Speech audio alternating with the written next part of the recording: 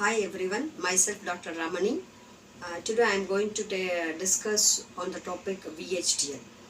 VHDL is a very high expansion of VHDL is very high speed hardware description language.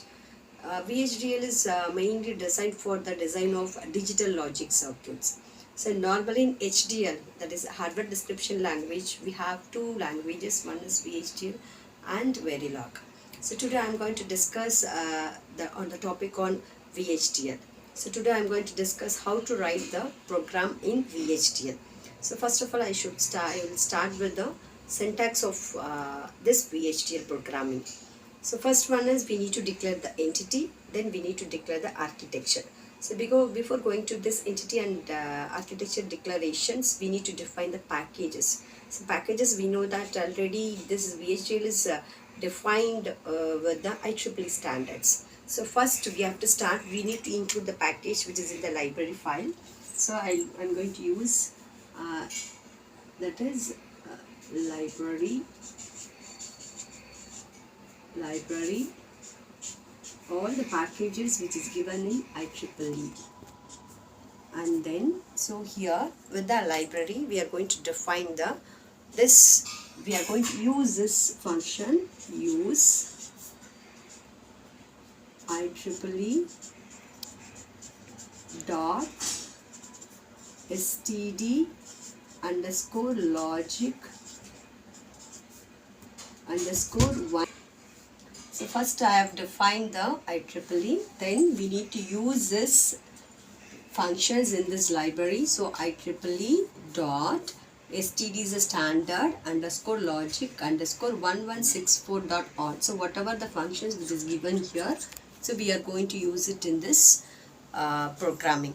So first thing is you need to declare the entity. So how to declare the entity? Entity, what is meant by entity? Entity that defines your hardware module of the circuits. So that is defines your ports of the circuit. Say for example, we'll take AND gate. So in AND gate we have two input variable and we are defining the AND gate with two inputs and one output. If we take A and B are two inputs and then one output, that is C is a one output. So this A and B as well as C, which is defined in the entity declaration. So actual ports, what are the explicitly defined variables, ports variables are given in the entity declaration. Second part is architecture declaration. So an architecture declaration that defines the behavior of the circuit is defined in this architecture declaration. That is the structure of the circuit, behavior or structure of the circuit which is given in the architecture declaration. So today I am going to write the syntax of entity as well as architecture declaration. Then how to define that entity syntax. The first thing is entity.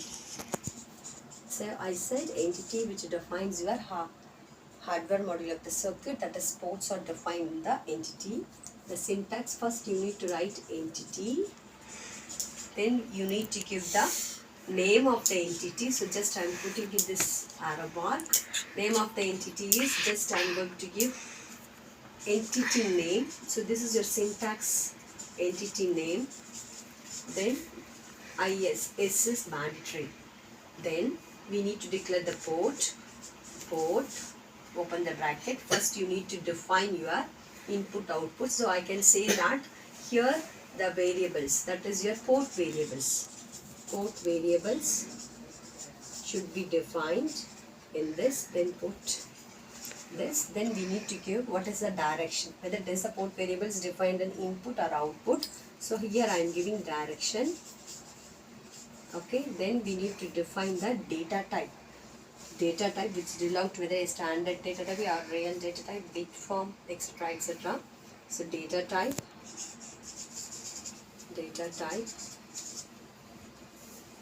okay.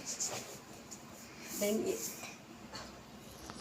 port, just define the port variable like for AND gate A comma B. Then direction means whether it's input or output in. Then define the data type. Then put this semicolon over here. So likewise other variables you can define it, close a bracket and put semicolon. So after this you have to write end, then entity name. So what I have given here, that should be written here, entity name. then put semicolon. So this is your entity declaration, syntax of entity declaration. Next we come to architecture declaration. Write architecture, then you need to write the name of the architecture. So I am defining in this brackets architecture name, then ARF is mandatory. Then you need to define what is the name of the entity we have defined in this here, that should be written here, entity name, then put S. Then next line we need to define, that is it should be start with the begin. So whatever the concurrent and then sequential statement that must be given, it should be started with end.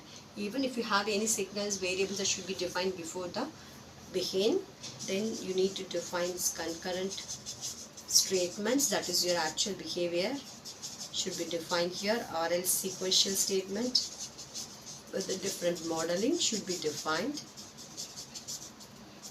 etc, etc. It is end with end. Then architecture name. So what is architecture name I have given, that should be written here, over here, architecture name. So this is the format for writing the programming using VHDL concept. The continuation of the program will be discussing in the next class. Thank you.